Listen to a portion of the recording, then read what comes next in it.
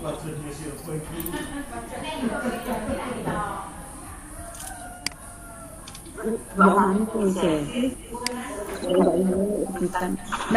Erlin bisa dimulai saja, nggak apa-apa. Ini ada sebutan kepala sekolah atau tidak ini? Orang desiminasi biasa. Iya. Mulai ya. Assalamualaikum warahmatullahi wabarakatuh. Waalaikumsalam warahmatullahi wabarakatuh. Yang terhormat Ibu Nining Marianingsih SPD MPD yang nanti akan mendesiminasikan implementasi budaya positif. Yang saya hormati Bapak Ibu peserta webinar.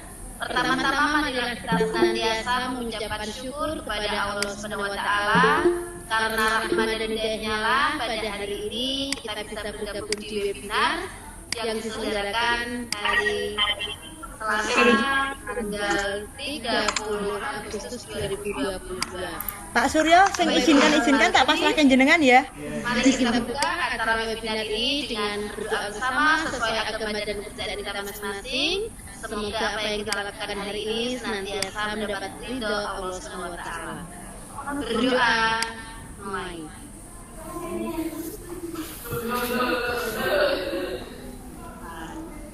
Jadi parahan gimana? Aku akan sampai langsung saja. Acara inti kita adalah diseminasi implementasi budaya positif yang akan disampaikan oleh Ibu Nining Marianingsih SPD MPD. Kepada Ibu Nining kami persilakan. Baik, Assalamualaikum warahmatullahi wabarakatuh. Ya, mohon teman-teman untuk mic-nya yang mungkin tidak berkepentingan untuk dimatikan terlebih dahulu, begitu nggih. Yang terhormat teman-teman yang saya banggakan, saya cintai, adik-adik PPL yang terima kasih bersedia mengikuti webinar kali ini. Saya juga mengucapkan terima kasih.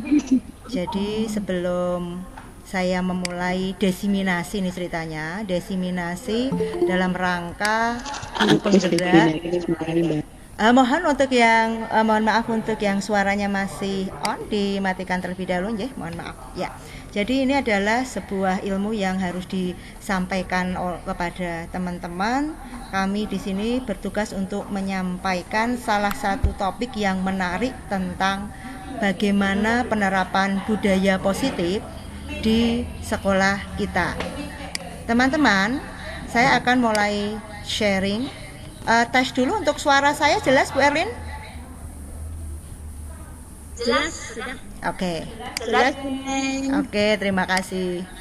Jadi setelah kurang lebih 2 bulan saya mengikuti guru penggerak. Di situ betapa ternyata saya itu banyak merenung ya.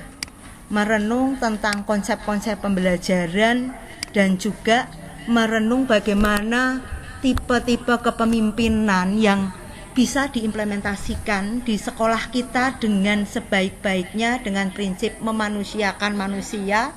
Dan yang berikutnya adalah bagaimana cara mengimplementasikan sebaik-baik mungkin. Nah, Bapak Ibu serta adik-adik PPL, sebelum kita masuk ke konsep habit kebiasaan budaya positif, saya ingin menularkan tentang konsep pemikiran Ki Hajar Dewantara yang selama ini hanya kita kenal ing ngarsa sung tulodo, ing madya mangunkarsa dan tutwuri handayani, sebatas itu saja. Tetapi yang menarik di sini adalah saya catat kata-katanya bahwa pendidikan adalah tempat persemaian benih-benih kebudayaan. Pendidikan itu membentuk peradaban. Oleh karena itu, pembentukan peradaban terjadi di sekolah, maka bagaimanakah tugas guru menciptakan peradaban itu dengan memulai sesuatu, mengubah mindset pendidikan. Bapak Ibu, adik-adik PPL juga, kita menyadari bahwa pendidikan itu selalu bergerak seperti tata surya. Kalau kita mengenal zaman dahulu, anak diajarkan dia tunduk, Ini tentu saja berbeda dengan zaman sekarang. Kenapa terjadi demikian? Bapak Ibu, ada dua konsep yang diajarkan oleh Ki Hajar Dewantara, terutamanya adalah kodrat keadaan zaman, keadaan alam. Dasar pendidikan anak itu memang sangat berhubungan dengan kodrat alam, sifat lingkungan asal anak. Jadi Bapak Ibu harus menyadari bahwa setiap anak itu berasal dari lingkungan yang berbeda. Ada memang anak yang terlahir dari lingkungan keluarga yang sangat harmonis, dia memiliki ayah ibu yang sangat lengkap. Tapi Bapak Ibu di sisi lain, di sana ada anak-anak yang lahir dari keluarga broken home, ada anak yang dengan kemampuan ekonomi bagus, ada yang menengah, bahkan ada yang sangat kurang. Dan ketika kita berbicara tentang kodrat zaman, bahwa ketika kita mendidik zaman sekarang tentu sangat berbeda dengan zaman dahulu. Kenapa? Karena tantangannya juga berbeda. Kalau zaman dahulu bagaimana seorang murid itu mampu, dia itu dengan gurunya begitu hormat sekali. Tetapi pada masa sekarang betapa yang namanya etika, adab harus benar-benar kita ajarkan supaya anak itu memiliki attitude, karakter yang baik. Nah, apa yang berubah? Oke Bapak Ibu, sebenarnya konsep-konsep Ki Hajar Dewantara itu sebenarnya justru lebih terkenal di luar negeri kalau kita baru membumikan akhir-akhir ini. Tetapi Bapak Ibu sadarkah di Finlandia sana justru itu mengadopsi pemikiran dari Ki Hajar Dewantara, bagaimana di sekolah itu diciptakan perpaduan antara cipta atau pikiran, rasa, perasaan, karsa, keinginan, sehingga menciptakan karya-karya, bisa itu psikomotorik atau lain-lain. Oleh karena itu pendidikan yang bergerak demikian sudah sebaiknya guru menyesuaikan perubahan paradigma. Dan sekarang yang lagi viral, lagi digembar-gemborkan adalah gerakan sekolah menyenangkan. Bapak Ibu, sumbu penggerak pendidikan adalah nilai-nilai kemanusiaan, bahwa setiap anak adalah istimewa dan unik. Tidak ada anak yang bodoh, melainkan dia belum menemukan sesuatu atau setiap anak itu pasti mempunyai bakat lah. Jadi kita tidak bisa memaksakan anak, misalkan dia harus mampu di segala hal. Pasti di setiap anak itu ada kelebihan yang bisa ditonjolkan. Pasti anak itu memiliki sesuatu yang akan menuntunnya menjadi masa depannya. Oleh karena itu Bapak Ibu, sebagai seorang pendidik, tugas kita adalah memberikan arah, teladan, penuntun supaya anak-anak kita itu menemukan, meraih cita-citanya. Jadi konsep pendidikan bahwa anak adalah kertas putih yang kita coret-coret itu sebenarnya kurang tepat. Karena apa Bapak Ibu? Setiap anak sebenarnya sudah memiliki tulisan garisnya masing-masing. Tugas kita seorang guru adalah menebalkan tulisan-tulisan itu sehingga anak bisa menemukan bakatnya. Bapak Ibu, ada 3 prinsip perubahan di dalam Ki Hajar Dewantara, ada kontinuitas, konvergensi, dan konsentris. Di mana kalau kita satukan ketiganya, bahwa kontinuitas itu alam masyarakat Indonesia sendiri jangan pernah melupakan sejarah. Karena manusia yang baik tentu akan selalu ingat sejarah. Konvergensi yaitu konvergen dengan alam luar bersatu, dan konsentris bersatu namun jangan pernah melupakan kepribadian, karena nilai-nilai kepribadian bangsa Indonesia sangat luhur. Oke Bapak Ibu, itu adalah sebagai pengantar. Sekarang saya akan masuk ke sesi utama, menciptakan budaya positif. Nah Bapak Ibu, sebenarnya konsep merdeka belajar itu bisa dilaksanakan, bisa merdeka apabila guru, murid memiliki kesadaran secara internal tentang apa yang dilakukannya. Jadi ketika suasana positif atau kesadaran internal itu sudah dibangun, tanpa paksaan siswa, guru bisa melaksanakan kurikulum merdeka. Jadi ketika kita berbicara kurikulum merdeka, kurikulum yang merdeka sesuka-sukanya tanpa aturan, apalagi sekarang banyak konsep-konsep yang justru merdekanya itu sak karep-karepe. Itu kita kembalikan ke konsep awal. Bapak Ibu yang budiman, bahwa ketika kita bicara budaya positif, itu merupakan perwujudan dari nilai-nilai atau keyakinan yang diterapkan secara universal. Jadi kalau Bapak Ibu ngomongnya, oh ini positif, negatif, itu pasti bisa diterima, pasti itu akan bisa dinilai. Budaya positif diawali dengan paradigma tentang teori kontrol, di mana guru merasa berkewajiban mengontrol perilaku agar memiliki perilaku yang sesuai dengan harapan. Artinya apa Bapak Ibu? Semua perilaku siswa pasti memiliki tujuan yang berkaitan dengan pemenuhan kebutuhan dasar siswa dan teori motivasi perilaku manusia. Nah, Bapak Ibu, budaya positif harus dibangun terlebih dahulu, ini kuncinya, dari dalam diri. Karena untuk mencapai kemerdekaan belajar bermula dari penanaman sikap disiplin yang kuat. Bapak Ibu, kalau kita contoh ya di KBM biasa, kita melarang anak memakai HP. Tetapi ketika mengajar, kok guru dengan seenaknya memakai HP di depan anak-anak, padahal ada yang melarang di KBM-nya. Itu adalah sesuatu yang sangat-sangat bertentangan. Guru dilarang, anak-anak dilarang merokok, tetapi misalkan bagaimana guru di depan anak-anak merokok, itu akan juga menjadi insiden buruk, karena memang kesadaran itu dibangun dalam diri sendiri. Nah, Bapak Ibu, kita akan tinjau ulang tentang posisi kontrol terlebih dahulu. Sebenarnya ketika kita memperlakukan siswa, ketika kita melakukan siapapun, ada beberapa tipe. 1. Tipe penghukum penerapan disiplin. Jadi ketika anak berbuat salah, langsung kamu salah, hukumannya ini. Misalkan seperti itu. Banyak tipe yang seperti itu, penghukum penerapan disiplin. Terus ada juga tipe-tipe guru, pemimpin yang membuat merasa bersalah. Dia biasanya ketika ada anak melakukan suatu kesalahan, dia bilang gini ke muridnya, kamu kok seperti itu deh, apa kamu tidak kasihan sama Bu Nining? Nanti gimana saya pertanggungjawabannya? Berarti Bapak Ibu termasuk tipe pembuat merasa bersalah. Yang ketiga, ada tipe kita guru sebagai teman. Bagaimana dia itu mampu melakukan pendekatan-pendekatan dengan bahasa yang akrab terhadap muridnya.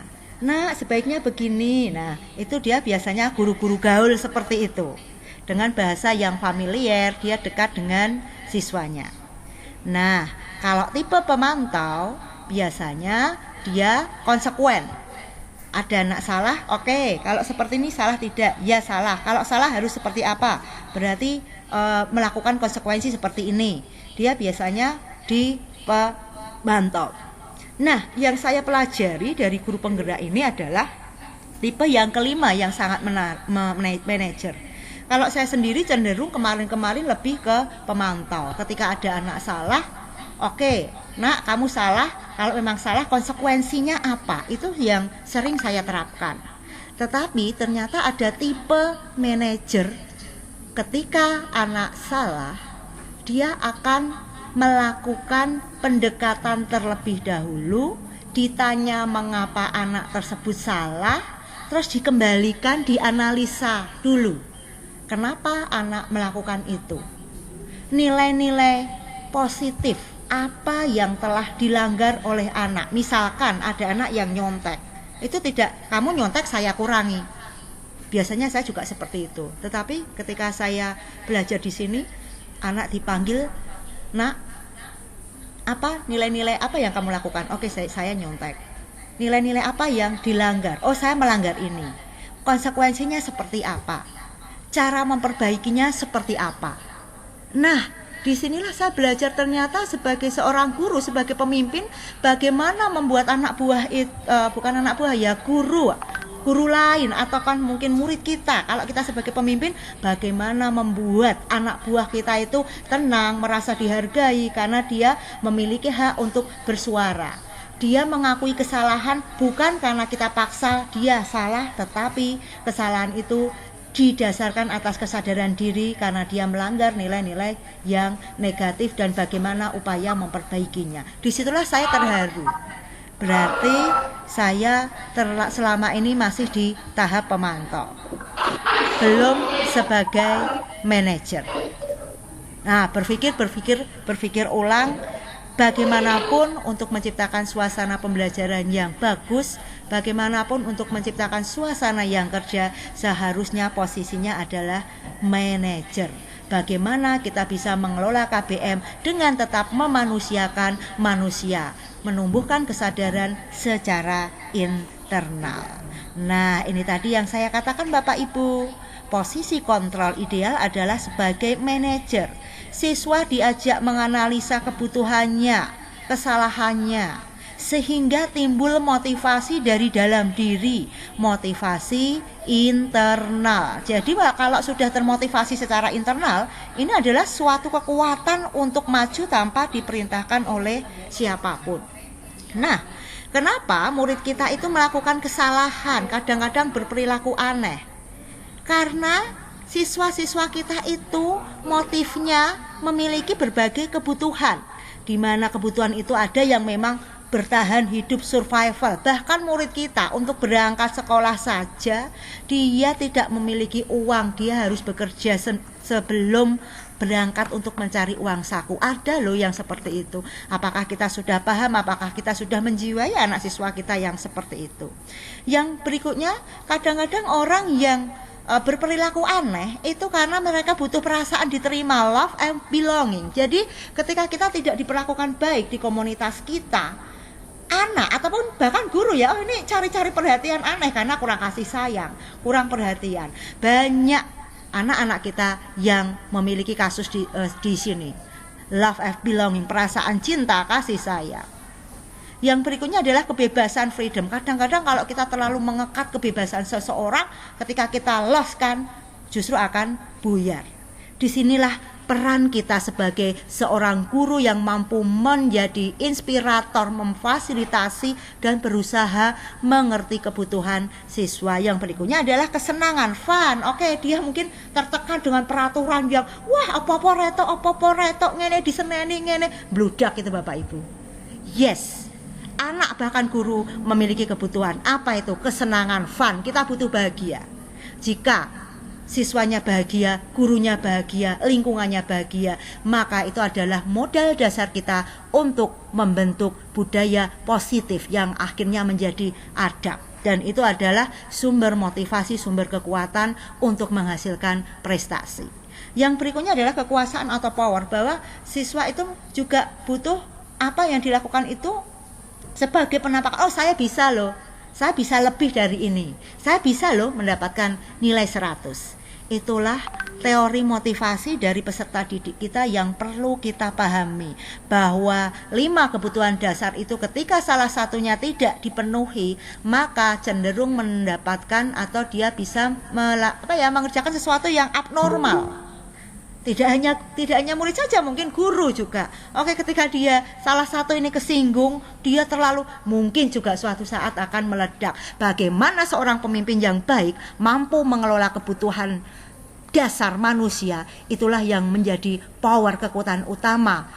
Bagaimana menciptakan sekolah yang menyenangkan, bagaimana menciptakan budaya yang positif. Jadi kalau kita bedakan Bapak Ibu guru, yang namanya hukuman itu sesuatu yang menyakitkan. Jadi ketika itu diberikan kepada siswa, dia malu, misalkan itu namanya hukuman. Tidak nyaman untuk murid, apalagi jangka panjang. Itu bisa menyakiti, itu bisa membuat trauma. Dan itu seperti anak itu dikorbankan untuk mendapatkan keadilan. Biasanya murid akan merasa tersakiti. Itu yang namanya hukuman. Sedangkan yang namanya konsekuensi ya sesuatu yang memang harus terjadi.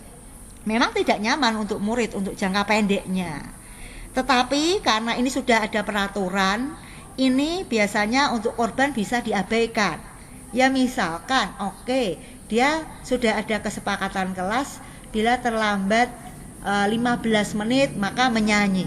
Tapi sebelumnya sudah ada kesepakatan kelas. Murid anak ya memang dibuat tidak nyaman tetapi tidak merasa disakiti karena di situ sudah ada aturan yang tegas. Dan ini ada restitusi yang merupakan sebuah pilihan. Ini untuk menguatkan murid anak dalam jangka panjang. Korban mendapatkan ganti, murid anak mendapatkan penguatan. Kita akan membahas nanti tentang restitusi. Bapak Ibu, ada suatu pelajaran menarik yang saya dapatkan tentang segitiga restitusi. Bahwa ketika kita mendapatkan masalah siapapun, saya kira ini tidak hanya bisa diterapkan oleh guru, ini bisa diterapkan oleh semua pemimpin. Ketika kita mendapatkan seseorang untuk bersalah, panjenengan panggil dikata-katain, insya Allah dendamnya bisa seumur hidup. Ada suatu langkah teori yang menarik tentang segitiga restitusi. Ketika kita mendapatkan anak yang salah, tindakan kita yang pertama adalah memanggil, menstabilkan identitas terlebih dahulu. Caranya seperti apa? Oke, si A misalkan mendapat masalah, dia terjadi kasus perkelahian sehingga kancingnya anak itu sampai lepas, cowok sama cowok atau cewek sama cewek berkelahi, terus salah satunya hampir ditinju cewek, ada pernah seperti itu ya, sampai kancingnya lepas. Nah, sebagai leader yang baik, oke, dua-duanya dipanggil, ditanya, kenapa kamu melakukan hal seperti itu? Baik anak yang menjadi korban maupun pelaku. Langkah yang pertama yang dilakukan, satu, menjadi penenang untuk keduanya, baik pelaku maupun korban. Untuk korban tentu kita bisa membesarkan hatinya.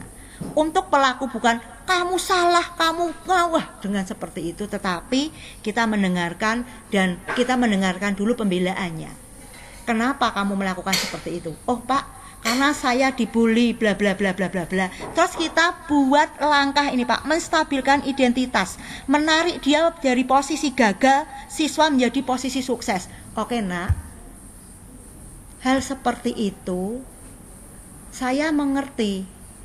Memang ketika kamu dibully itu rasanya sakit. Dibully itu kan tidak enak ya Non. Oke, itu menstabilkan identitas. Bagaimana kita membuat anak dari posisi salah, gagal menjadi posisi terhormat. Kamu berhak membela diri kamu. Itu adalah langkah. Saya, oh iya, selama ini saya sering tidak melakukan. Begitu ada anak salah dikeroyok, sampai bla bla bla bla, suruh buat surat pernyataan bla bla bla bla bla. Kita tidak memberikan kesempatan, dikeroyok. Saya pun sering melakukan hal itu. Saya kok seperti itu juga ya. Terus adalah melakukan validasi tindakan yang salah. Apa benar diceritakan bla bla bla bla bla bla bla bla bla bla. Terus kita tarik setelah seperti itu. Oke Nak, kamu itu salah, tetapi kamu sadar nggak bahwa tindakan kamu itu sebenarnya melanggar aturan nggak? Menanyakan keyakinan, kamu nyaman nggak? Kalau seperti itu, kalau kamu nggak nyaman, harusnya kamu seperti apa? Kita memberikan ruang kepada guru, kepada anak, untuk dia bisa menganalisa, mendeskripsikan untuk memperbaiki kesalahannya itu seperti apa yang harus dia lakukan. Sehingga diharapkan kesadaran ini tertanam bukan karena dipaksa gurunya kok tanda tangan surat pernyataan Bapak Ibu, tetapi bagaimana anak itu membangun kesadaran diri. Akhirnya dia mengatakan, iya Pak, saya salah. Kalau salah, apa yang harus kamu lakukan? Berarti akan minta maaf. Kalau minta maaf, seperti apa tindakan-tindakan berikutnya? Saya akan seperti ini, memperbaiki kancing temannya yang terlepas tadi. Jadi di sini ada klarifikasi dari siswa mengungkapkan kebenaran-kebenaran, mengungkapkan pembelaan-pembelaan, kita fasilitasi itu. Dan saya pun merenung, saya sering tidak seperti itu. Kenapa? Saya sering menjadi guru yang selalu, ya kamu salah konsekuensinya, tanpa memberikan ruang kepada siswa untuk mengungkapkan nilai-nilai positif yang dia miliki. Nobody perfect. Setiap anak memiliki kelebihan dan kekurangannya masing-masing. Kalau dia bermasalah karena kebutuhan dasarnya tidak terpenuhi. Nah, Bapak Ibu, seorang guru memiliki peran untuk membangun budaya positif di sekolah, di mana guru itu harus catat. Putus-putus, Bu Nining. Oh, putus-putus. Cek putus-putus. Oh, lancar. Ya, Oke. Guru memberi teladan, Bapak Ibu, saya tebalkan. Guru memberikan teladan dan posisi kontrol manajer dalam penerapan disiplin positif. Kalau gurunya saja tidak mampu memberikan teladan, bagaimana masa depan anak-anak kita? Karena mau nggak mau, apa yang kita lakukan itu memiliki impact jangka pendek, jangka menengah, jangka panjang. Oleh karena itu, jadilah guru-guru yang benar-benar teladan tanpa membuat bulian kepada anak kita, tanpa melanggar norma-norma kesopanan, apalagi melanggar etika, adab, apalagi menjadi guru yang tidak beradab. Oke, karena posisi teladan itu sesungguhnya apa yang kita ajarkan itu akan membekas di hati murid-murid kita. Jadilah guru yang bisa menginspirasi, memberikan teladan bagi anak-anak kita. Dengan menciptakan suasana yang positif, siswa dapat berekspresi, Bapak Ibu, menyalurkan bakatnya, mengembangkan kreativitasnya. Dia bisa berkomunikasi dengan baik dalam suasana positif yang membuat siswa merasa aman, nyaman, bebas dari bully. Kadang-kadang bully itu kita yang menciptakan sendiri. Kita ngomong kita bebas bully, tetapi guru yang kadang-kadang membuli sendiri. Oke, kita refleksi ke diri kita. Nah, pembelajaran yang berpihak pada murid akan terwujud pada suasana budaya yang positif, dengan catatan gurunya juga membudayakan budaya positif. Bapak Ibu, penerapan disiplin di sekolah memang harus dilakukan sesuai dengan keyakinan kelas. Jadi Bapak Ibu, di awal kita mengajar, perlu kiranya kita itu membuat kesepakatan dengan anak, aturan-aturan mainnya. Oke, misalkan ya, di komputer, kamu masuk, apa yang harus ditaati? Itu komitmen-komitmen awal seperti itu perlu ditulis, disosialisasikan di kelas masing-masing. Wali kelasnya, gurunya. Oke, apa sih konsekuensi bila 15 menit tidak datang, seperti apa? Jadi kalau misalkan ada guru kosong 15 menit belum datang, dijemput, jangan sampai kok kosong terus muridnya ya diem, gurunya ya diem, tidak ada tindakan apa-apa. Nah, seperti itu. Jadi memang komitmen bersama, kesepakatan kelas itu perlu kita bangun.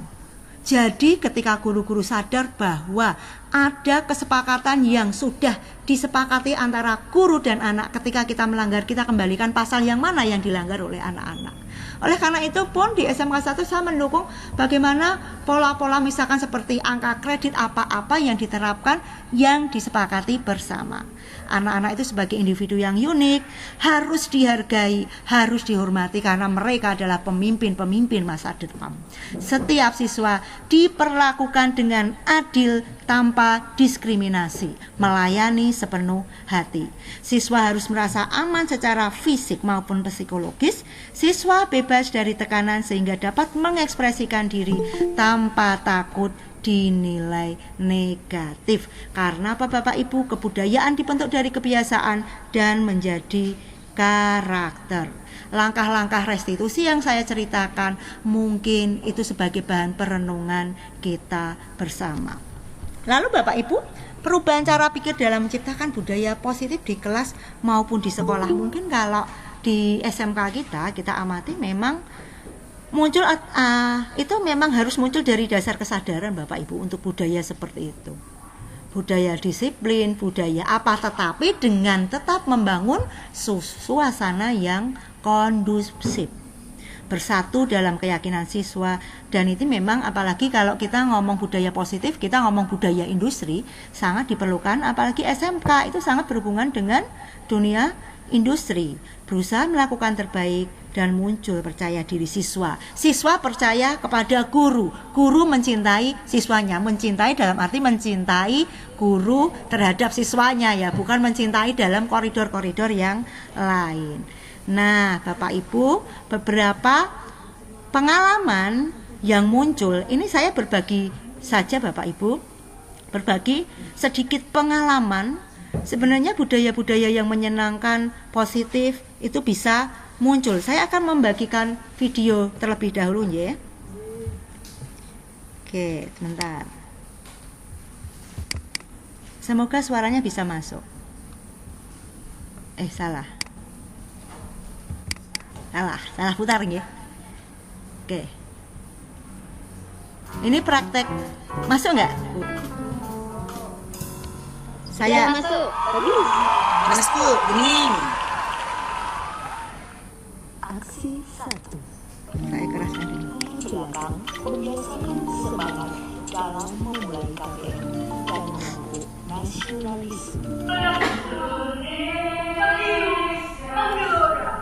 Ini memang kebiasaan-kebiasaan kecil saya tanamkan. Memang di awal pelajaran bagaimana membangun anak itu semangat Bapak Ibu. Tidak hanya lagu Indonesia Raya, jika perlu saya memang melakukan puitisasi di dalam kelas Bapak Ibu.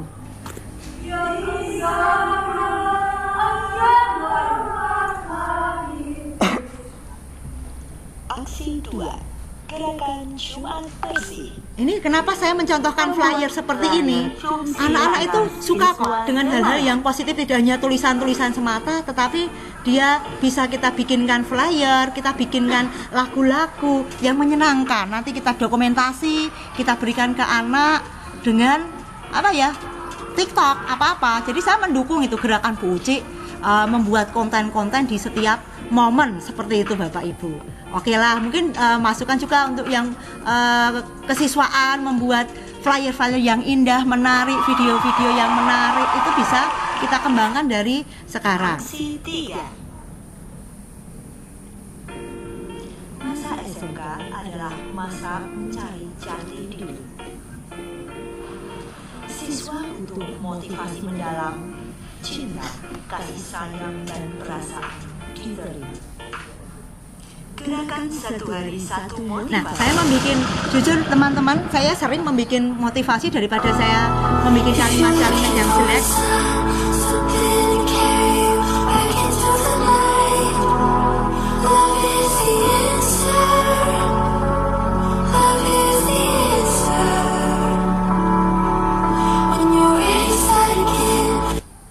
Contoh video motivasi 2.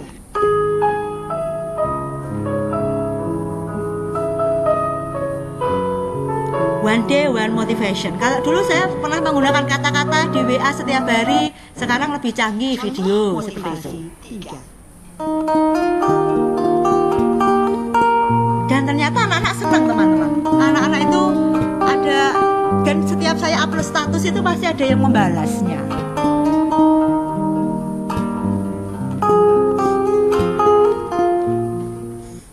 Aksi 4. Gerakan literasi.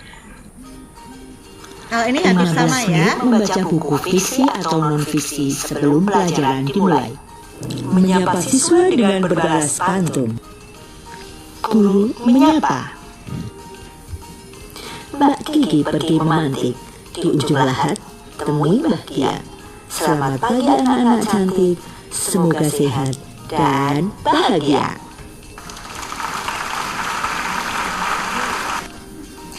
Siswa membalas pantun. Tomat dan ragi dimakan itik. Pagi juga Bu Guru cantik. Ke pasar membeli manggis. Pagi juga beli manis. Aksi 5. Merangsang kreativitas anak. Guru menciptakan berbagai game edukatif. Anak diberi tantangan memecahkan game. Anak memaksimalkan kreativitas dan kecepatan berpikir.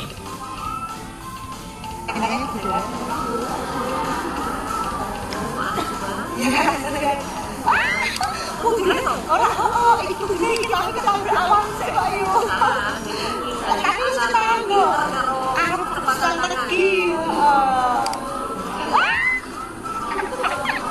Ya, itu memang Belajar akuntansi melalui puisi. Siswa mencari dan memaknai kata akuntansi yang terdapat dalam puisi Elodie Gadis Akuntansi.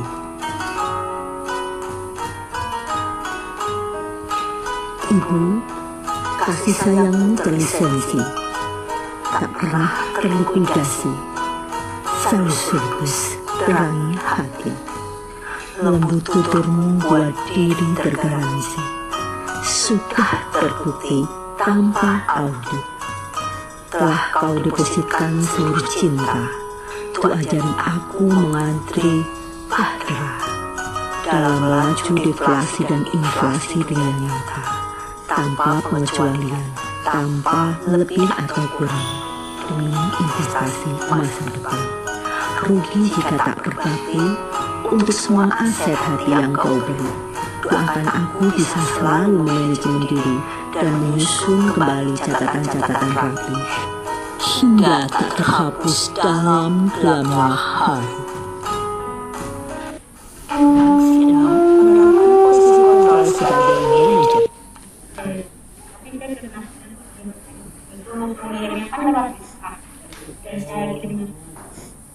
Oke.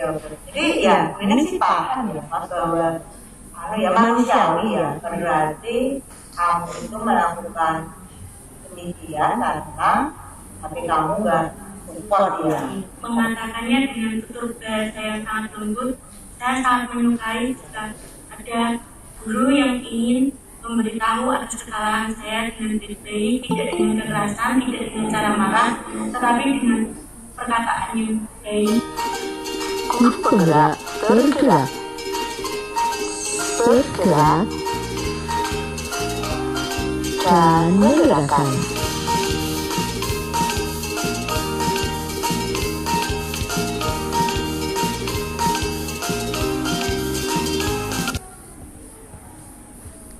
Oke, Bu Erlin, itu tadi adalah sedikit contoh ya, Bu Erlin.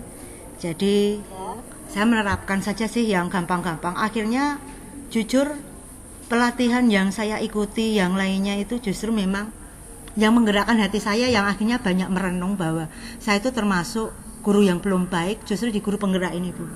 Dimana kalau saya pikir, saya sering juga menzolimi siswa ya. Saya sering tidak melakukan manajer karena saya posisinya sering menjadi posisi yang keempat tadi, Bu. Bagaimana kita itu konsekuensi anak kamu salah di konsekuensi ini, tetapi kita kurang memberi ruang kepada anak bagaimana dia melakukan itu, seperti apa, kenapa dia melakukan itu, dan bagaimana dia memperbaiki diri. Itu yang akhirnya saya belajar juga tipe-tipe kepemimpinan, Bu Erlin. Bagaimana seorang pemimpin itu harus mampu menempatkan dirinya, dia juga sebagai leader, dia juga sebagai teman, dia juga sebagai pelindung, dia juga bisa menjadi motivator orang lain. Akhirnya saya banyak merenung, Bu. Ya memang masih banyak yang harus diperbaiki dari diri saya pribadi, dan saya pun bahagia juga menjadi bagian dari guru penggerak, bukan karena apa-apa, tetapi itu mengubah mindset saya, Bu, bahwa memang hidup kita itu harus kita abdikan kepada murid-murid kita, bahwa hidup kita adalah harus bermanfaat, bahwa kita itu belum siapa-siapa dan apa-apa, semuanya berorientasi kepada peserta didik. Kira-kira seperti itu, Bu Erlin. Monggo kita akan mungkin bisa membuka untuk sesi tanya jawab. Ngoten Bu Erlin, terima kasih. Ya, terima kasih Bu Nining. Sebelum ke tanya jawab, kita aplaus dulu untuk Bu Nining ya. Luar biasa sekali ya. Saya acungin jempol ya. Bu Nining itu orangnya ya gimana ya? Rendah hati. Saya katakan rendah hati. Sudah seperti itu kok merasa tidak bisa, merasa kurang dan sebagainya. Padahal kalau saya sudah melebihi batas itu kalau saya. Ya, baik. Langsung saja ke acara tanya jawab. Mungkin ada yang ingin menanyakan tentang apa yang sudah disampaikan Bu Nining, atau mungkin ingin mengetahui resepnya bagaimana, triknya bagaimana, silakan. Monggo, siapa yang mau memulai? Bu Farida? Enggak, teman-teman. Ya. Biar yang lain dulu, Bu Erlin. Oh, yang lain dulu. Oh, Pak Alek itu. Monggo Pak Alek. Oh, monggo Pak Alek. Mic-nya dibuka Pak Pak Alek. Mic-nya dinyalakan Pak Alek. Selamat nopo. Pak Slamet, monggo Pak Slamet, ada dua ini yang present. Atau salah pencet itu ya? Pencet. Pencet mungkin ya.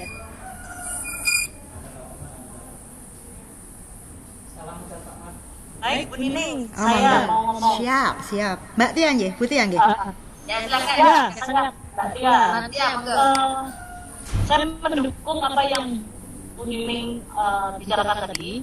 Itu pun sudah, dan kita melihat banyak anak kita yang memang latar belakang keluarganya itu dalam tanda petik rusak, dalam arti anak tidak mendapatkan motivasi, perhatian dan lain-lain.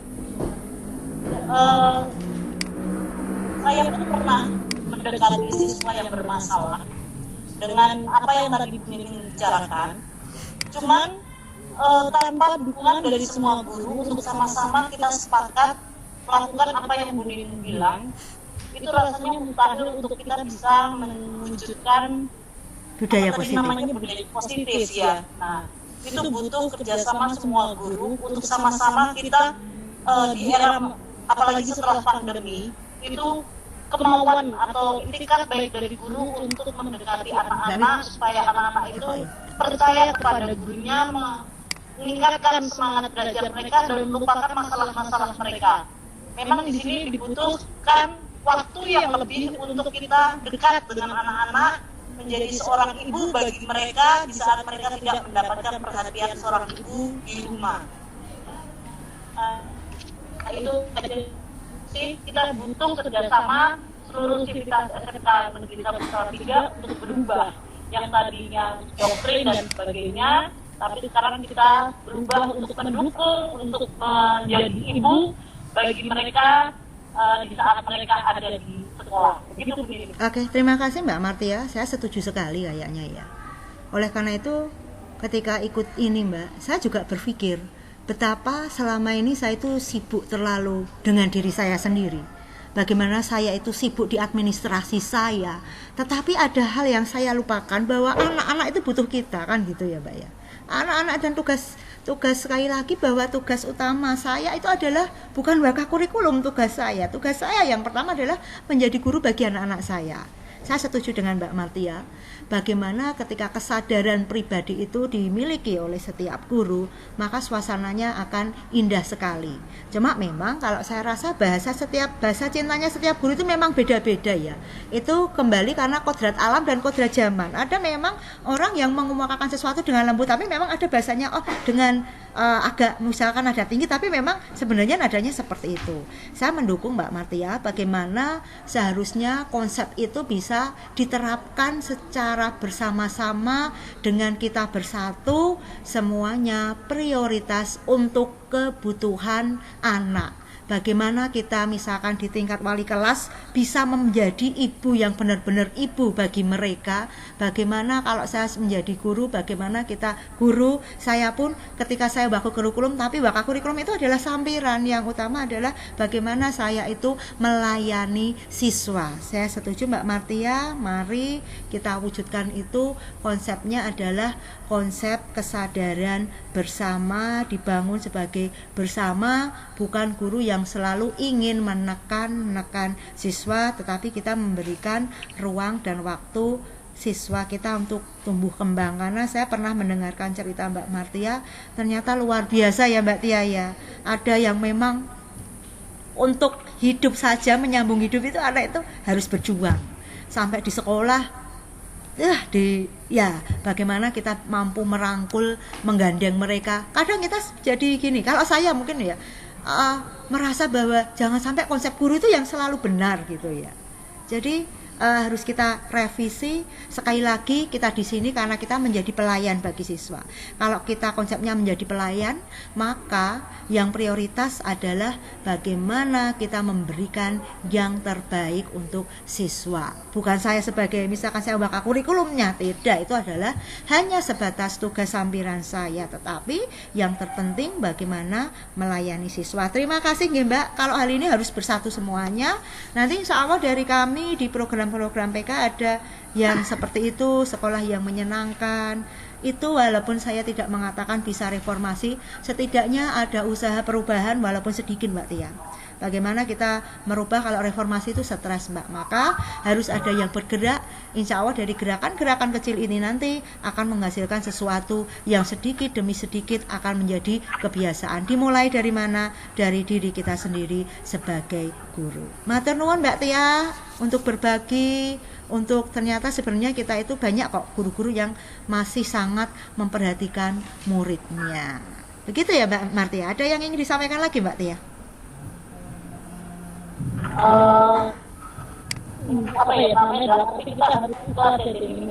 Pasti Mbak. Dalam kita mendekati murid, karena kita membutuhkan banyak waktu, tidak hanya di sekolah, tapi kadang juga kita terhadap murid lewat WA. Karena dengan begitu kita bisa mengetahui apa yang menjadi masalah murid, sehingga kita bisa mendidik, memotivasi dan menguatkan dia sampai dia terbeli di atas dia sendiri untuk belajar. Iya, karena kita pengganti orang tua bagi mereka gitu ya Mbak Tia ya. Benar, kita orang tua dari banyak anak. Banyak anak. Betul, saya sepakat Mbak Tia, saya sepakat Mbak Tia. Jadi kalau saya itu malah akhir-akhir ini karena Waka tidak menjadi wali kelas nih. Bagaimana kita itu bisa memahami karakter kita, anak-anak kita satu persatu bahkan gitu ya. Sampai dulu itu pernah ngerti pacare sopo, rebutan pacar. Wah, sampai segitunya dulu. Loh, tapi sekarang ketika saya sibuk di administrasi, lah kok saya hampa ya untuk masalah-masalah yang detail. Saya tuh nggak kejangkau gitu Mbak Martia.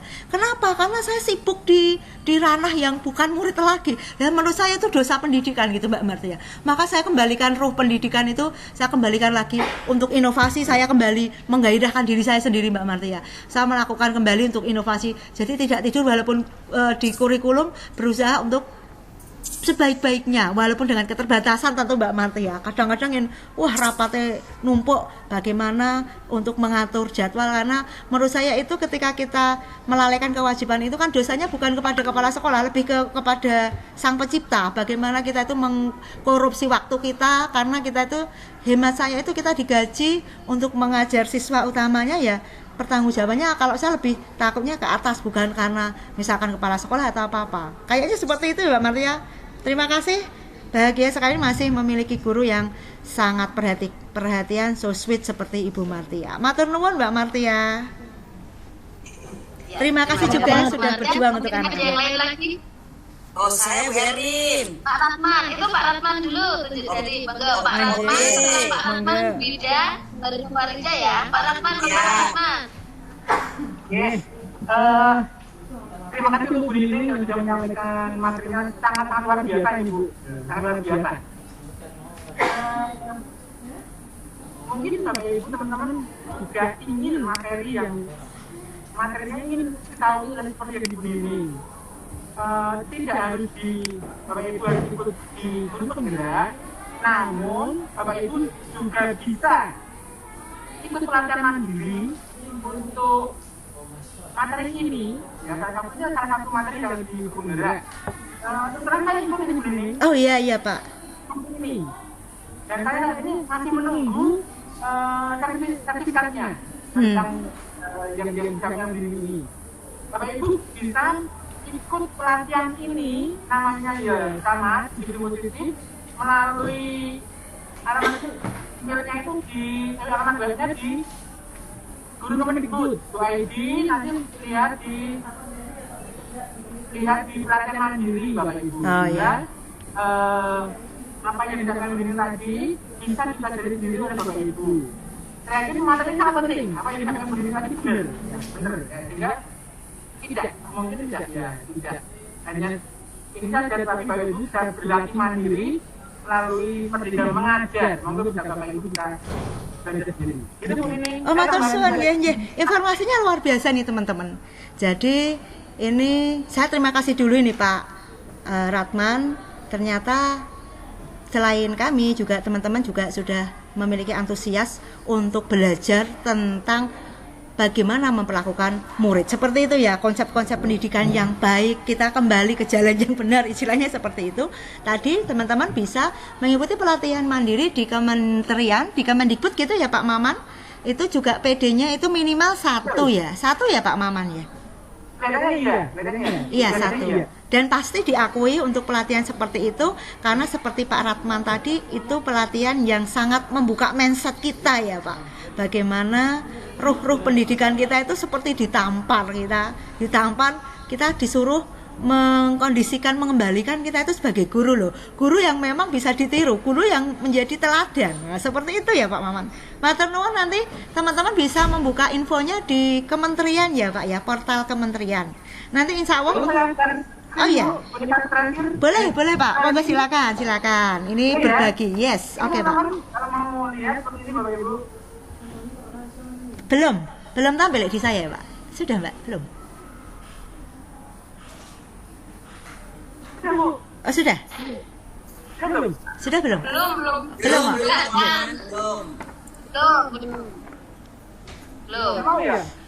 Anak saya nanti bisa di share di grup atau nanti di iya enggak apa-apa Pak. Grup saja Pak. Di sini enggak kelihatan. Oh enggak kelihatan. Oh ini sudah ya on the way Pak Ratman. Sudah. Tapi kok belum? Belum apa? Muter-muter terus. Belum. Muter terus ini Pak. Oh ya. Gitu. Enggak apa-apa Pak, nanti di chat boleh, di grup resmi pun saya boleh kok. Kalau itu teman-teman itu diklatnya itu sangat menarik, bermanfaat dan nilainya itu minimal 1 gitu ya Pak.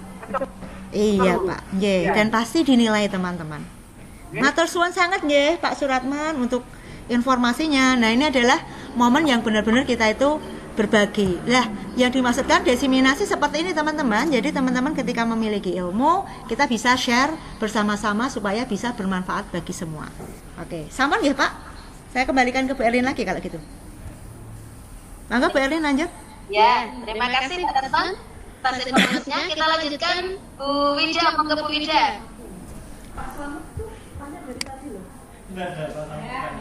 Bu Wida. Ya, halo, assalamualaikum warahmatullahi wabarakatuh. Ya, waalaikumsalam. Terima kasih atas apa yang sudah disampaikan ini, bermanfaat sekali untuk kita semua, alhamdulillah. Tadi benar yang disampaikan, kita itu harapannya ya betul-betul jadi guru, tapi karena sistem juga, karena tuntutan juga terkait dengan administrasi, banyak disibukkan oleh administrasi sehingga waktu untuk mendampingi anak itu cenderung atau relatif berkurang, ya. Sehingga ini keprihatinan saya kira tidak hanya di SMK 1, di beberapa sekolah, banyak sekolah, sehingga filosofi yang disampaikan tadi Enggar Sosok Brodo, Enggar Dio Mangun Darso, Sukuri Bundaryani ini jadi berkurang, esensinya jadi kurang, mendampingi anak juga kurang. Saya juga prihatin, sehingga harapan kami untuk teman-teman gitu ya, pada saat mengajar itu saya berharap, kami berharap, kita berharap, harapan semua betul-betul ini ya, ke arah penyiapan anak untuk betul-betul siap hidup di masyarakat, life skill yang berkarakter. Jadi tidak hanya melulu pencapaian KIKD. Memang pada saat kita masuk kelas kita sudah membawa instrumen yang lengkap, kita berharap sesuai dengan RPP kita, cuma pada saat masuk kelas itu kondisinya kadang berbeda. Banyak anak yang membutuhkan sentuhan lebih, perhatian lebih, sehingga mungkin kita itu melenceng dari RPP yang sebetulnya sudah kita siapkan. Nah, ini pertanyaan ke kurikulum juga. Kadang kita itu ini berharap ada kompetensi yang memang harus kita sampaikan, tapi kondisional itu anak zaman now ya, karena efek pandemi dan kondisinya memang pencapaian KIKD itu sangat sulit. ya kita lebih ke karakter. Nah seperti ini kadang strateginya mengelolanya begini. Kadang kalau guru produktif ini saya yakin lebih fleksibel, lebih luas, ya, lebih paham bahwa industri nanti itu yang dibutuhkan tidak hanya kompetensi tapi juga karakter. Orang-orang yang punya karakter bagus, mereka lebih memilih orang yang punya karakter bagus daripada orang yang pintar. Nah itu yang banyak dibutuhkan industri, sehingga saya yakin guru produktif itu lebih menyesuaikan dan banyak memberikan masukan. Tidak luput dari guru KNA pun juga saya yakin juga berharap sama bahwa anak-anaknya nanti juga sukses. Tetapi mungkin aplikasinya karena jamnya banyak yang jam produktif, sehingga untuk guru KNA ini untuk siswa ya mungkin orientasinya agak berbeda, yaitu mungkin pencapaian KIKD. Ini bagaimana ini untuk menyelaraskan kita bisa betul-betul berkolaborasi untuk masa ini, untuk penyelamatan bangsa, karakter yang diutamakan, gitu ya, sehingga kompetensi yang diharapkan itu juga sesuai dengan industri, karakternya juga terbentuk, tidak hanya melulu anak-anak pinter, tapi hanya pinter untuk sisi akademis saja. Ini kolaborasinya, teknisnya, bagaimana baiknya kita sama saling betul-betul KNA, guru-guru normatif adaptif dan produktif itu betul istilahnya begini yang sering dipakai begini itu istilahnya bisa kawin gitu ya. Ini agak-agak sebenarnya kita tahu harusnya seperti itu, menjadikan SMK bisa berkolaborasi, tetapi secara aplikasinya penerapannya kan memang tidak hanya di SMA 1, sebetulnya di banyak sekolah SMK itu masalahnya hampir sama, bagaimana mengkolaborasikan sehingga satu mind setting betul-betul menjadikan anak itu betul-betul sesuai dengan harapan industri, harapan banyak orang gitu ya. Seperti itu benar, strategi positifnya seperti apa secara teknis ya kami tidak tahu. Terima kasih, kurang lebihnya mohon maaf. Wassalamualaikum warahmatullahi wabarakatuh. Waalaikumsalam warahmatullahi wabarakatuh. Langsung ditanggapi. Jadi sama nggih Bu Wida, untuk masalah karakter terutama untuk anak-anak SMK perlu sekali. Oleh karena itu bagaimana kurikulum Merdeka itu sangat-sangat memfasilitasi, sangat-sangat mengharapkan KBM yang mengarah kepada karakter. Salah satunya dengan P5. Kalau dulu P5BK, sekarang P5. Proyek penguatan profil pelajar Pancasila. Bu Wida, saya memang belum bisa secara reformasi mengubah struktur itu. Tetapi mari kita coba untuk semester ini kita kuatkan nilai-nilai karakter itu melalui proyek penguatan profil pelajar Pancasila, yang dimana hari Senin kemarin kita sudah mulai menyepakati. Mungkin awalnya terasa sulit ketika kita memang mau benar-benar merealisasikan proyek-proyek yang kita sudah agendakan.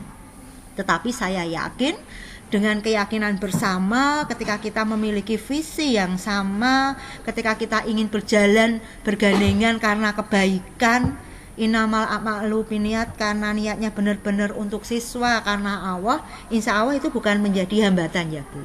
Cuma kembali ke Bu Martia tadi, bahwa segala sesuatu dikembalikan kepada niatnya, bahwa segala sesuatu memang guru-guru itu harus memiliki keyakinan internal, baru itu mengerucut nanti ada organisasi penggeraknya. Nah, karena di sini di SMK ini kebetulan sebagai kurikulum, maka walaupun langkahnya tidak reformasi Bu Wida, saya berjanji untuk berusaha memberikan yang terbaik khususnya dalam melayani anak. Nah, kita nanti akan mulai semester ini teman-teman, semesternya tidak lagi ABC, tapi nanti insya Allah di Jumat mendatang itu ada kembali workshop setelah pengajian tentunya ya. Itu nanti akan dipresentasikan mungkin hanya 5-10 menitan bagaimana proyek-proyek dan bagaimana nanti pengimplementasian dari MIT yang berbasis proyek, di mana itu lebih menekankan pada karakter sehingga membentuk budaya-budaya positif yang bisa kita lakukan. Saya berpikir kalau kita hanya ngomong tentang konsep tok, tetapi kita tidak melakukan langkah-langkah perubahan kecil, selamanya kita tidak akan pernah bisa berubah. Yang tepat adalah walaupun sekecil apapun, kita mulai perubahan-perubahan itu dari sekarang, dari hal-hal yang sederhana, dan yang penting lagi dari diri sendiri. Insya Allah saya percaya di 6 jurusan maupun di guru umum itu semuanya memiliki orientasi yang sama, yaitu ingin memanusiakan manusia, membawa mimpi anak-anak ke mimpi masa depan. Saya mengajak Bu Wida, saya mengajak rekan-rekan bergandengan bersama, kita wujudkan untuk proyek penguatan profil pelajar Pancasila semester ini mulai kita realisasikan. Saya cukup bangga ini Bu Wida, ketika saya melihat Bu Uci seorang dia masih single, tarian-tariannya, tapi sibuk ya Bu Uci itu kan sibuk luar biasa di humas, elegan tapi sibuk, karena humas itu kan harus memberikan meliput apa-apa, tapi dia totalitas dalam mendidik. Saya ngamati nih Bu, bagaimana dia itu sebagai seni mampu menampilkan satu, siswa merasa nyaman, aman. Ini kebiasaan yang gimana ya, seni yang membahagiakan. Lah ini loh Bu, suasana yang bahagia seperti ini. Kalau kita nari dinilai dengan nilai 70, 80, nari ini adalah, itu kan sudah tidak sesuai dengan kodrat zaman lagi Bu Wida. Tetapi saya justru di sini sudah melihat banyak guru-guru kita yang sudah mulai membangun itu Bu Wida. Jadi kita tidak boleh berputus asa. Insya Allah nanti saya sangat menantikan ini yang Bu Uci ini gerakannya. Saya membayangkan nanti akan tampil kayak seni, parade seni yang luar biasa. Nanti dengan Pak Widya nanti kolosal, atau saya sudah memimpikan ini. Ternyata banyak sekali guru-guru kita yang sudah menerapkan budaya positif. Yang belum, yang sudah menerapkan, kita saling menulari, saling menyemangati. Kalau ada cerewet ini dari jurusan, bukan karena itu, justru saking pedulinya gitu ya Bu Wida ya. Saya sering melihat jenengan itu juga perhatiannya luar biasa. Terima kasih kepada murid-muridnya, sampai apa-apa juga kadang-kadang Bu Wida ya sangat pedulinya itu. Kadang ya memang kita tipenya beda-beda, tapi saya yakin tujuannya adalah kembali untuk peserta didik. Begitu ya Bu Wida, jangan pesimis, mari kita optimis untuk memperbaiki karakter anak didik kita. Matur nuwun ngaten Bu Wida. Matur nuwun Mbak. Dilanjut Bu Wida, monggo. Mami, monggo Mami.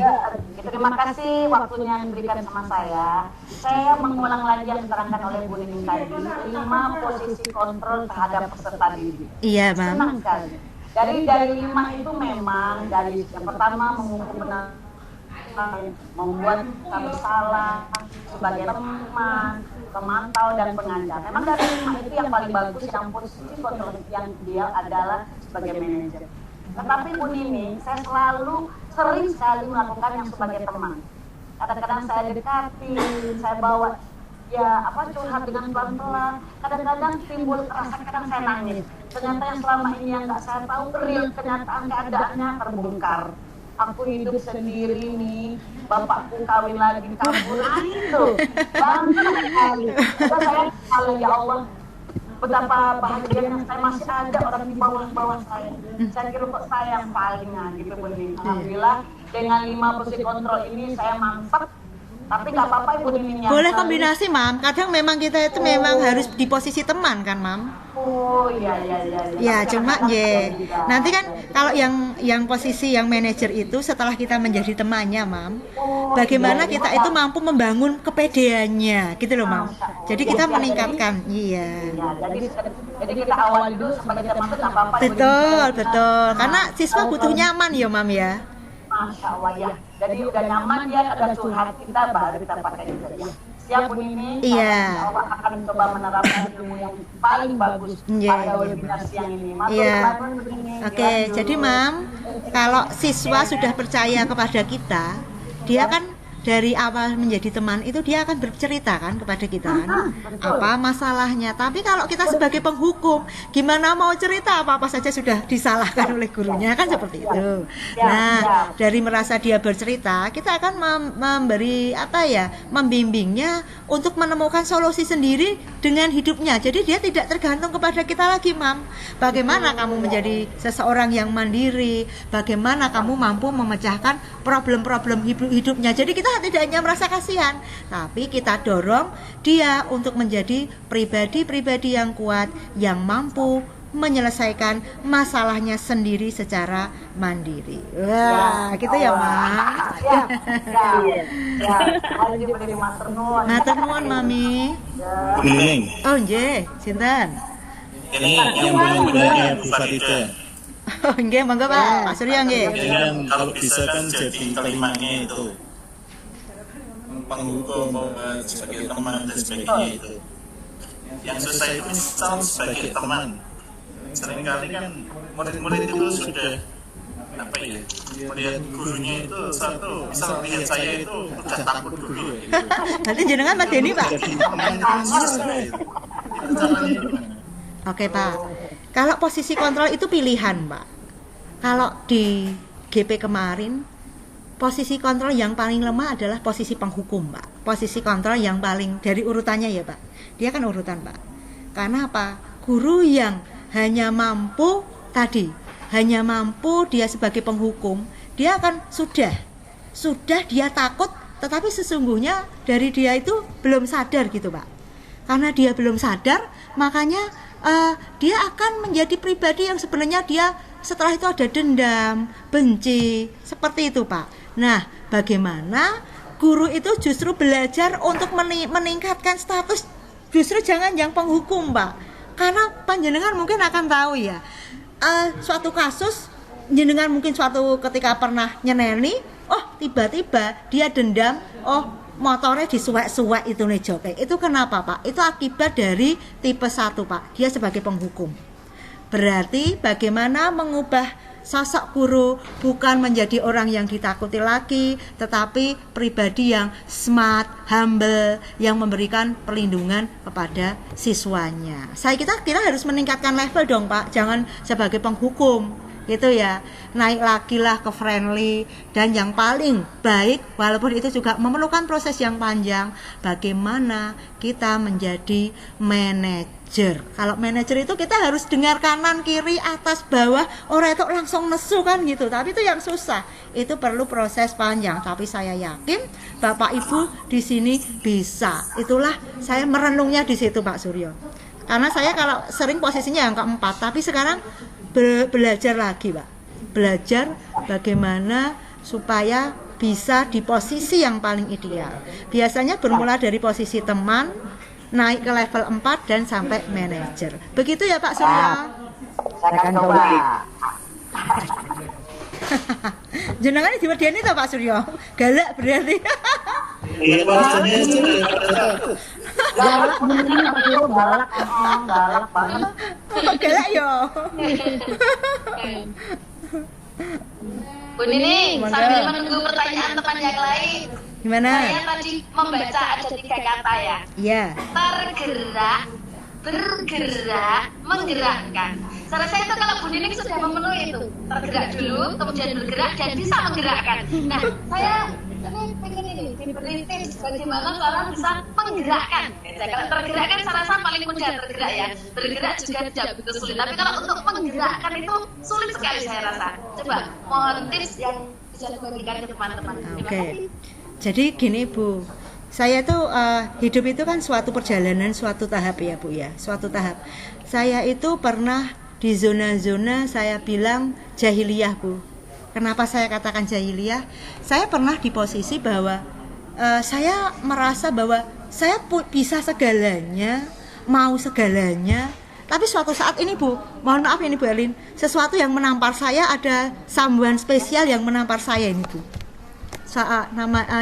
Mohon maaf itu kepala sekolah kita yang dulu, Bu, Pak Haris. Jadi saya cerita dulu ya Bu Erlin sejarahnya. Saya dipanggil nih sama beliau, Bu Nining, jenengan pintar, jenengan ngisi ngendi-ngendi, jenengan se-Indonesia bahkan keliling. Terus pertanyaan saya satu, Bu Nining. Apa kontribusi Bu Nining terhadap sekolah ini? Wah, tajam. Saya ditampar, Bu Elin. Saya kembali berpikir ya. Iya juga ya. Saya bahkan corone mendapatkan penghargaan dari Pak Jokowi, saya pun pernah. Lalu saya menjadi pribadi yang hebat, tapi untuk diri saya sendiri gitu loh, Bu Erlin. Saya nggak bisa berbuat, teman saya, sekitar saya itu, saya yang hebat, tapi menghebat sendiri, Bu Erlin. Menghebat sendiri. Saya mulai berpikir ulang, itu otak saya prepare. Saya sejak itu saya harus menjadi manusia yang bermanfaat untuk orang lain, terutama di lingkungan sekolah, Bu. Karena ketika kita hebat tapi sendiri, ngapain kita itu bahagia sendiri, orang lain tidak pernah merasakan apa yang kita bahagiakan. Oleh karena itu mindset saya sejak itu berubah, Bu Erlin. Kalau saya bisa sesuatu, saya harus tularkan kepada orang lain, terutama dulu jangan langsung yang jauh, Bu Erlin. Justru yang dekat-dekat dengan kita itu kita ajak maju bareng-bareng. Saya terus terang terima kasih sama beliau, walaupun saya disentil sangat lembut, tapi itu membekas, Bu Erlin. Oleh karena itu segala sesuatu yang saya punya akhirnya ketika bisa sesuatu ya udah saya harus diseminasikan, saya tularkan. Ketika saya tularkan itu insya Allah barokahnya banyak. Ketika ini contoh nih, Bu, saya ini 4B, lah koncoku kok ora iso naik pangkat, sedih saya, Bu. Ya udah piye carane teman-teman saya itu naik pangkat. Nah, saya pikirannya gitu, Bu.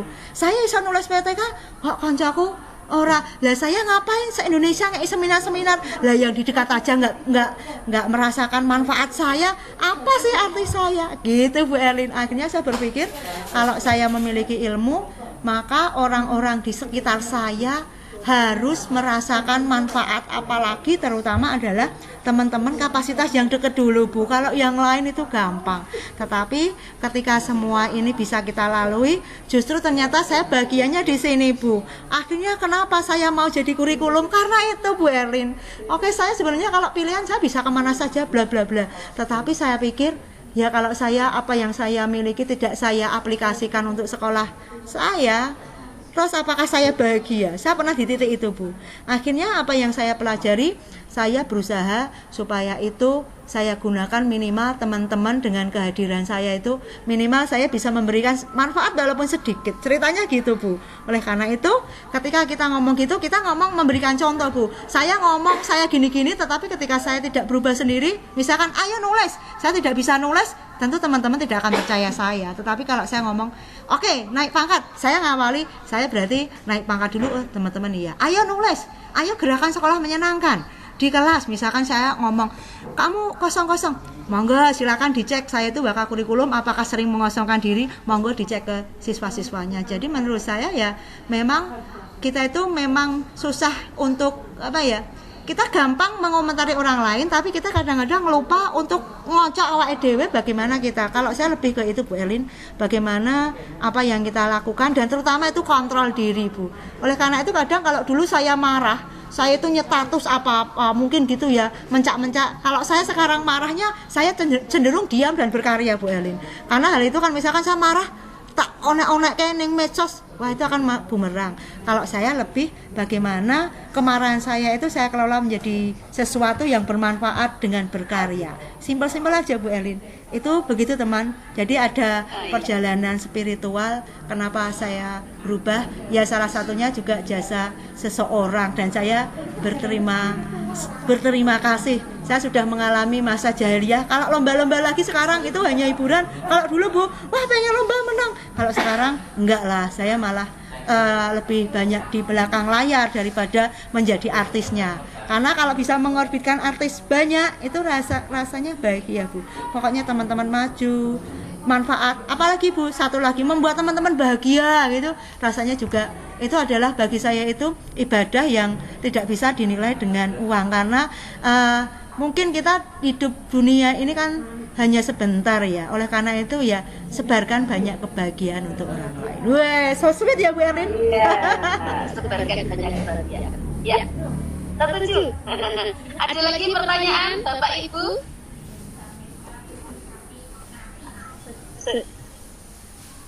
Itu Pak Slamet kok tunjuk jari terus ya. Pak Slamet. Halo Bu Erlin. Halo Bu Erlin. Assalamualaikum warahmatullahi wabarakatuh. Waalaikumsalam. Ini tambah sedikit saja. Kita kan punya SDM yang bagus seperti Bu Nining yang potensial untuk naik ke atasan. Sebetulnya kita tahu bersama yang mengurangi porsi kita sebagai guru, jiwa guru berkurang itu karena beban administrasi. Nah, yang membuat kita bahagia salah satunya adalah berkurangnya beban administrasi guru. Nah, ini usulan untuk Bu Nining masih jadi kawan kita nanti sedikit menaik ke atas itu ya. Tolong kalau memang pengen kembali ke jalan yang benar, ngajar muridnya, ya beban administrasi ya tolong porsinya dikurangi biar apa ya, iya karakter anak itu betul-betul jadi perhatian utama, bukan sekedar formalitas di pemenuhan administrasi. Seperti itu semangat untuk ini, kami dukung maju ke atas gitu ya. Monggo semangat lanjutkan perjuangan. Maju sampai ke atas karena birokrasi itu kan dipegang. Ini tidak lepas dari birokrasi. Jadi punya potensi untuk bisa sampai ke kementerian, penentu kebijakan. Seperti itu yang kami harapkan. Jadi tidak hanya jadi teman kami saja, tetap jadi teman kami tapi di atas gitu ya. Jadi kami juga bangga, wah ini lo tahu dari koncoku ibu dari pendidikan seperti itu. Terima kasih. Assalamualaikum warahmatullahi wabarakatuh. Jangan lupa absen teman-teman untuk sertifikat ya. Mangga Bu Erlin, Mbak Wida niku. Saya geli jadi. Tapi saya terharu loh Bu Erlin. Terharu ini. Saya ngadakan webinar mendadak gitu ini. Saya pantau tadi hampir 50-an nih. Saya terharu gitu. Mangga Bu Erlin dilanjut, kalau sudah bisa ditutup, kalau masih ada. Kita beri kesempatan lagi 1 atau 2 personil mungkin ada pertanyaan.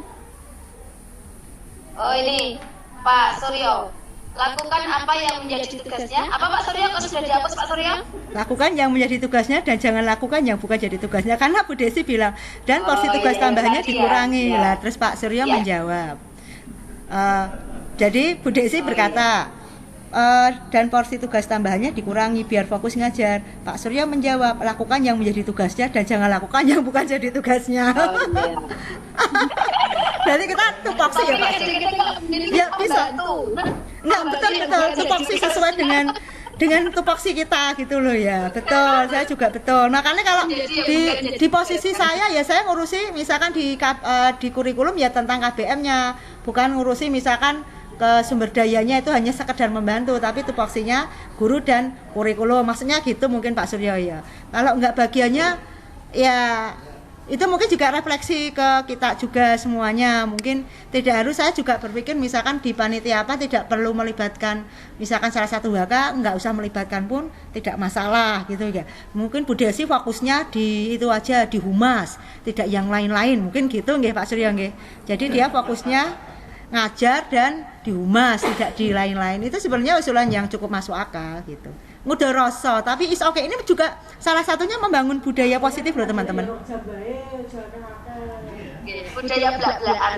Enggak positif, tapi itu kan Bu namanya demokratis, enggak masalah. Karena kalau demokrasi itu dibumpat Bu, itu suatu ketika akan menjadi boom Bu, boom gitu. Karena dipepat. Oleh karena itu kita terima masukan dari teman-teman. Karena apa? Kalau menurut hemat saya, bagaimana posisi kontrol di manajer salah satunya apa? Berbicara itu mudah tetapi mendengarkan hal yang susah. Nah, bagaimana kita itu berusaha mendengarkan juga berbagai aspirasi dari atas, dari tengah, terutama dari lini bawah. Kayaknya gitu, oke, is oke. Terima kasih masukannya Bu Desi dan Pak Suryo, matur nuwun. Lanjut Bu Erlin, masih ada atau cukup? Cukup nggih. Pak Alek itu Pak Alek terakhir nggih. Pak Alek terakhir Pak Alek. Selamat siang Bu Nining. Siang Pak Alek. Ya. Kita contoh sederhana Bu. Pribadi. Pada saat guru sebagai posisi kontrol manajer, guru melakukan dialog segitiga restitusi. Iya Pak. Kita contoh sederhana Bu Nining. Oke. Penerapannya ya sederhana saja Pak. Ini misalkan bisa terjadi di antar siswa, antar guru. Tadi nggih Pak, saya ngasih contoh. Ono bocah gelut. Gitu ya Pak ya. Gelut. Dia marah. Akhirnya sampai cewek sama cewek gelut marah sampai terlepaslah kancingnya. Kan gitu ya Pak ya. Mungkin kalau guru tipenya dia penghukum yang salah langsung dikasih hukuman gitu loh Pak. Tapi ini enggak Pak, dia manggil dua-duanya Pak, baik si korban maupun si pelaku. Korban, kenapa kamu kok, maksudnya si A, kenapa kamu melakukan itu, alasannya apa. Si yang pelaku juga Pak, tapi kita tendensinya bukan marah dulu, kamu kok melakukan itu. Nah setelah kedua-duanya melakukan pengakuan, kita akan mengembalikan kepercayaan anak Pak. Itu yang sering kita tidak lakukan. Dari posisi dia terpidana bersalah menjadi posisi berhasil. Kita katakan seperti ini, oke nak, misalkan ya dia melakukan itu karena dia diejek terus. Oke nak, kamu betul, kamu itu sudah membela harga diri sebagai manusia yang beradab. Wah, sebagai manusia yang memiliki harga diri, kamu betul melakukan itu. Kan gitu dulu toh Pak. Kita angkat, dijunjung sak tinggi-tingginya. Nih ono tapi nak kan gitu Pak. Setelah itu diekon ngaku menceritakan, oh ngene. Terus kita giring. Kalau seperti itu menurutmu bener enggak? Lah gitu loh Pak. Oh ternyata salah. Nilai apa yang kamu langgar? Oh saya misalkan berbuat kasar, tidak disiplin, bla bla bla, berkelahi, melanggar gini-gini. Terus kita ajak untuk diskusi Pak. Kalau seperti itu, bagaimana upaya yang bisa kamu lakukan untuk memperbaiki diri? Kita dengarkan alasannya. Iya Pak, saya memang salah. Terus bagaimana cara memperbaikinya? Bukan istighfar ping sewu, itu tidak akan mungkin saat itu juga. Ya, tapi kan ya, ini di guru penggerak loh, maaf loh Pak Antoro. Maaf loh Pak. Maksudnya ketika itu kan terpaksa dia melakukan, berarti masih di level 1 guru penghukum.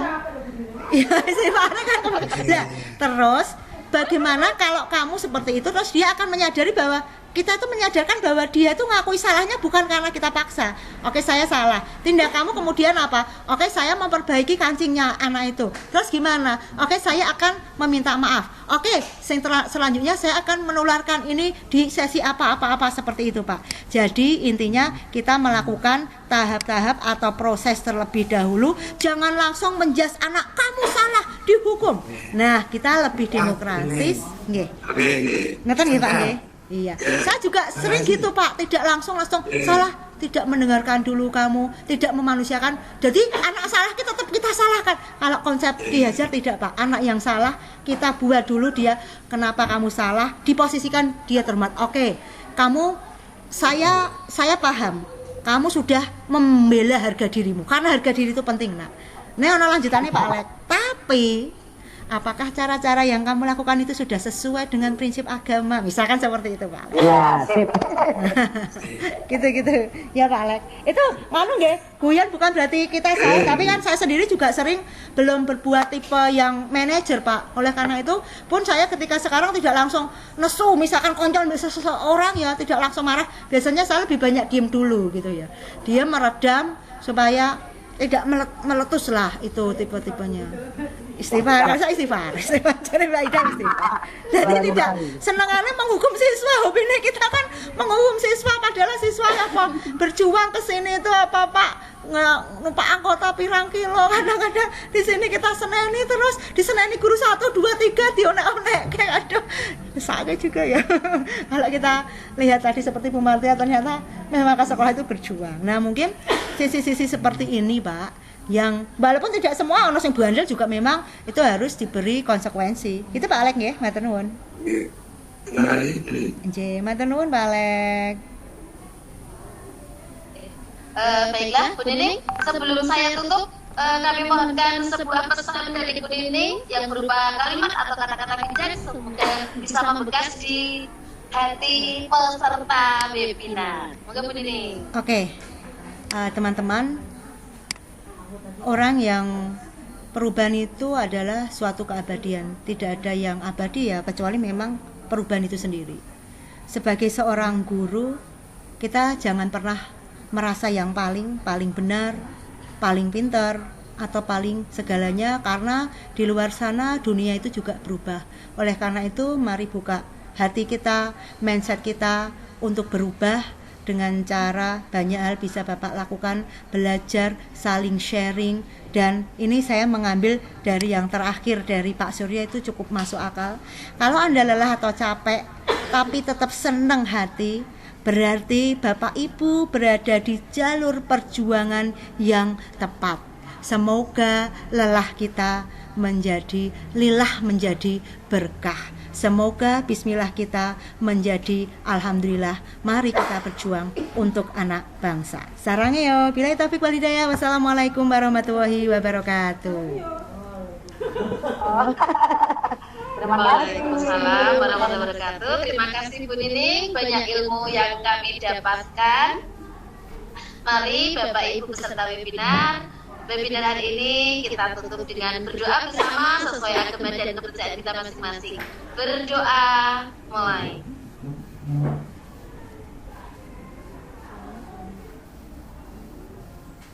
Selesai. Terima kasih sudah mengikuti webinar dari awal sampai akhir. Semoga besok ada webinar lagi ya Bu Nining ya. Kami tunggu ya. Lanjut nanti Bu Erlin untuk sertifikat. Saya mohon maaf. Mau foto-foto dulu Bu Nining, silakan. Oh iya, foto. Nggih, anu nggih, untuk sertifikat, macam-macam surat tugas dan macam-macamnya nanti nyusul nggih Bapak Ibu. Oke. Dibuka semua itunya. Siap. Ayo kameranya. Kapale. Nggih. Bentar, ayo Bu Ida, Bu Haji ayo. Ayo. Ada foto bersama. Ya, buka kamera. Ayo, ye. Ya. Ya. Saya itu loh, kalimatnya tuh malah bahasa Inggris semua jadi. Jadinya bingung ya. Iya, ini salah. Bisa Inggris semua. Oke. Iya. Sudah.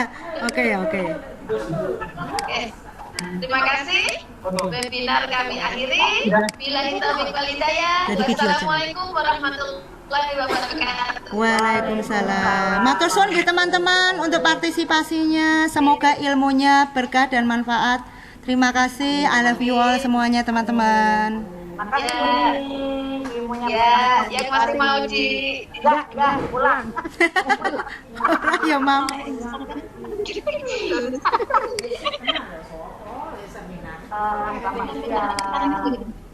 Oke, matur nuwun. Iki lho bahasa tunggu. Dek Desi, jare Pak Surya, bila sibuk tapi senang Anda sudah berada di jalur yang benar. Ya Ra, kono seneng ya.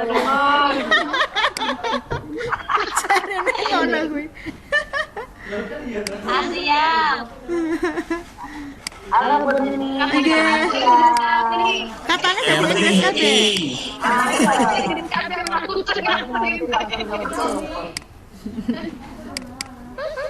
Matur nuwun ya teman-teman. Terima kasih bawanya. Thank you so much. Sampun nggih, saya tutup untuk roomnya nggih. Assalamualaikum teman-teman. Waalaikumsalam warahmatullahi wabarakatuh.